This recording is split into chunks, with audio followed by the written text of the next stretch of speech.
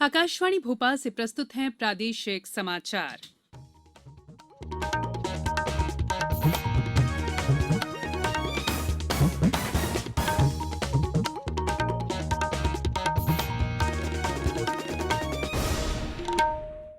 नमस्कार, समाचारों के साथ मैं संयुक्ता बैनर्जी। पहले मुख्य समाचार। किसानों की मांग को लेकर केंद्र और किसान संगठनों के बीच 8 जनवरी को फिर होगी बातचीत।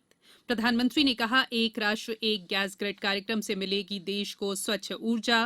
प्रदेश में मिलावट करने वालों पर की जा रही है कड़ी कार्रवाई। 87 मिलावटखोरों के विरुद्ध आपराधिक मामले दर्ज। बाल देखभाल संस्थाओं से बाहर आए प्रदेश के युवक युवतियों को आत्मनिर्भर बनाने के लिए शुरू होगी लॉन्च पैड योजना।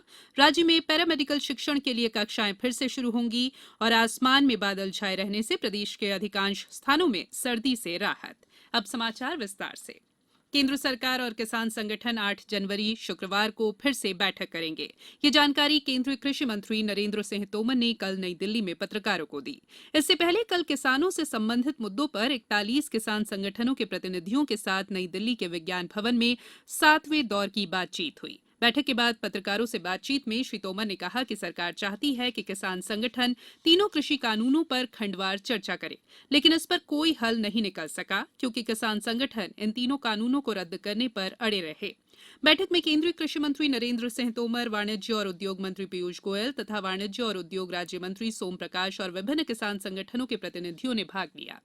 इससे पहले हुई बैठकों में कृषि मंत्री ने किसान नेताओं को आश्वासन दिया था कि सरकार उनके मुद्दों को हल करने के लिए प्रतिबद्ध है। कृषि कानूनों को वापस लेने की किसान संगठनों की मांग पर श्री तोमर ने कहा कि इसे भी एक समिति के पास भेजा जा सकता है जो किसानों के कल्याण को ध्यान में रखते हुए संवैधानिक वैधता और औचित्य का अध्ययन करेगी।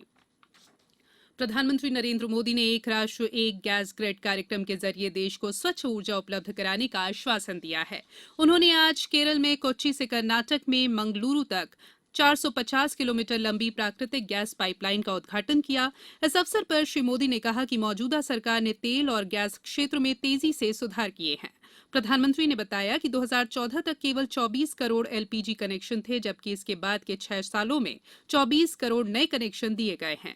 उज्ज्वला योजना के तहत 8 करोड़ गरीबों को ये कनेक्शन दिए गए हैं। प्रधानमंत्री ने कहा कि अगले 10 वर्षों में पेट्रोल में 20% एथेनॉल सम्मिश्रण का लक्ष्य रखा गया है।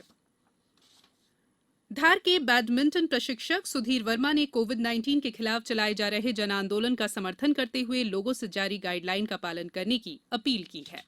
वर्तमान में कोरोना महामारी बेकाबू है, तो इसमें हम सभी को मास्क का उपयोग निरंतर करना है, सोशल डिस्टेंसिंग प्रॉपर रखें और कोरोना से बचने के लिए व्यायाम निरंतर करते रहें। इसी से ही हम अपने को, अपने आसपास वालों को, अपने परिवार वालों को सुरक्षित रखेंगे। और मास्क ही अभी जब तक वैक्सीन नहीं है तो मास्क ही वैक्सीन है, ये मेरा सभी से अनुरोध है। प्रदेश में मिलावट से मुक्ति अभियान में खाद्यान्न सामग्री में मिलावट करने वाले मिलावटखोरों के विरुद्ध सख्त कार्रवाई की जा रही है। अब तक खाद्य पदार्थों में मिलावट का कारोबार करने वाले 87 मिलावटखोरों के विरुद्ध आपराधिक प्रकरण दर्ज कराए गए हैं और 15 मिलावटखोरों पर रासुका के तहत कार्रवाई की गई। खाद्य पदार्थों में मिलावट का कारोबार करने वाले 25 खाद्य प्रतिष्ठानों को सील किया गया है और 5 खाद्य प्रतिष्ठानों को तोड़कर नष्ट किया गया है। कोविड-19 से बचाव और सुरक्षित रहने के 3 उपाय। मास्क लगाएं, 2 गज दूरी है जरूरी, सुरक्षित दूरी रखें, हाथ और मुंह साफ रखें। ब्रेक के बाद बुलेटिन में एक बार फिर आप सभी का स्वागत है। प्रदेश में बाल देखभाल संस्थाओं से बाहर निकलने वाले और 18 वर्ष की आयु पूरी कर चुके लड़कों और लड़कियों के लिए लॉन्च पैड योजना शुरू की जा रही है। हमारे संवाददाता ने बताया है कि महिला और बाल विकास विभाग की इस योजना का उद्देश्य इन युवाओं को एक ऐसा मंच प्रदान करना है जिसकी सहायता से वे अपनी पढ़ाई और प्रशिक्षण जारी रखते हुए आत्मनिर्भर बन पाएंगे। लॉन्च पैड स्कीम में प्रदेश के 52 जिलों को 5 क्लस्टर में बांटा गया है। 5 संभागीय मुख्यालय इंदौर, सागर, ग्वालियर, जबलपुर और भोपाल में ये शुरू किए जा रहे हैं। प्रदेश सरकार के इस नवाचार को केंद्र सरकार की स्वीकृति भी प्राप्त हो गई है और इसका क्रियान्वयन चालू वित्तीय वर्ष में ही किया जाएगा। इस योजना के अंतर्गत बाल गृहों के 18 वर्ष की आयु पूर्ण कर चुके 6 से 8 युवाओं के समूह को coffee shop, stationery, photocopy, computer typing, DTP, notary जैसे काम करने के लिए जिला प्रशासन द्वारा स्थान उपलब्ध कराया जाएगा। महिला बाल विकास विभाग द्वारा प्रत्येक लॉन्च पैड की स्थापना के लिए 6 लाख रुपए की राशि उपलब्ध कराई जाएगी। ये लॉन्च पैड अशासकीय संस्था के माध्यम से संचालित होंगे। प्रदेश में पैरामेडिकल शिक्षण कार्य फिर से शुरू करने के निर्देश दिए गए हैं। चिकित्सा शिक्षा मंत्री विश्वास सारंग ने मंत्रालय में मध्य प्रदेश सह चिकित्सकीय परिषद की 23वीं साधारण सभा की बैठक में ये निर्देश दिए। बैठक में सह चिकित्सकीय पाठ्यक्रमों का संचालन करने वाली संस्थाओं के लिए पैरामेडिकल पाठ्यक्रम के व्यावहारिक और प्रायोगिक प्रशिक्षण के मद्देनजर पैरामेडिकल शिक्षा में रोजगार को बढ़ावा देने के लिए मध्य प्रदेश सह चिकित्सकीय परिषद द्वारा नए रोजगारोन्मुखी कार्यक्रम और पाठ्यक्रम शुरू करने को भी कहा गया है। उच्चतम न्यायालय ने अपने बहुमत के फैसले में आज राष्ट्रीय राजधानी में सेंट्रल विस्टा प्रोजेक्ट के लिए भूमि उपयोग में बदलाव के लिए पर्यावरण मंजूरी और अधिसूचना को सही पाया है। शीर्ष अदालत ने अपने फैसले में कहा है कि दिल्ली विकास प्राधिकरण अधिनियम के तहत अधिकारों का प्रयोग वैध था और पर्यावरण मंत्रालय द्वारा पर्यावरण मंजूरी की सिफारिशें सही थी। अब बात मौसम की। मौसम विभाग के अनुसार मध्य पाकिस्तान और आसपास के इलाकों में चक्रवाती हवाओं के कारण बने पश्चिमी विक्षोभ की एक बार फिर सक्रिय होने से अगले 24 घंटों के दौरान उत्तर भारत के अधिकांश इलाकों में वर्षा हो सकती है। प्रदेश के मौसम में भी उतार चढ़ाव बना हुआ है। पन्ना जिले में कड़ाके की ठंड पड़ रही है। आज हल्की बारिश से मौसम और सर्द हो गया। होशंगाबाद में कल शाम हल्की बूंदाबांदी हुई। मौसम विभाग के अनुसार 1-2 दिनों में आसमान साफ हो जाने के बाद ठंड बढ़ना शुरू होगी। वहीं पचमढ़ी में भी दिन और रात का तापमान बढ़ा है। अब कुछ समाचार संक्षेप में। सीहोर जिले में चल रहे टीबी हारेगा देश जीतेगा अभियान के तहत विभिन्न कार्यक्रमों के जरिए जागरूकता अभियान चलाया जा रहा है। टीकमगढ़ जिले में सार्वजनिक वितरण प्रणाली के तहत 7 जनवरी को सभी शासकीय उचित मूल्य की दुकानों पर अन्न उत्सव मनाया जाएगा।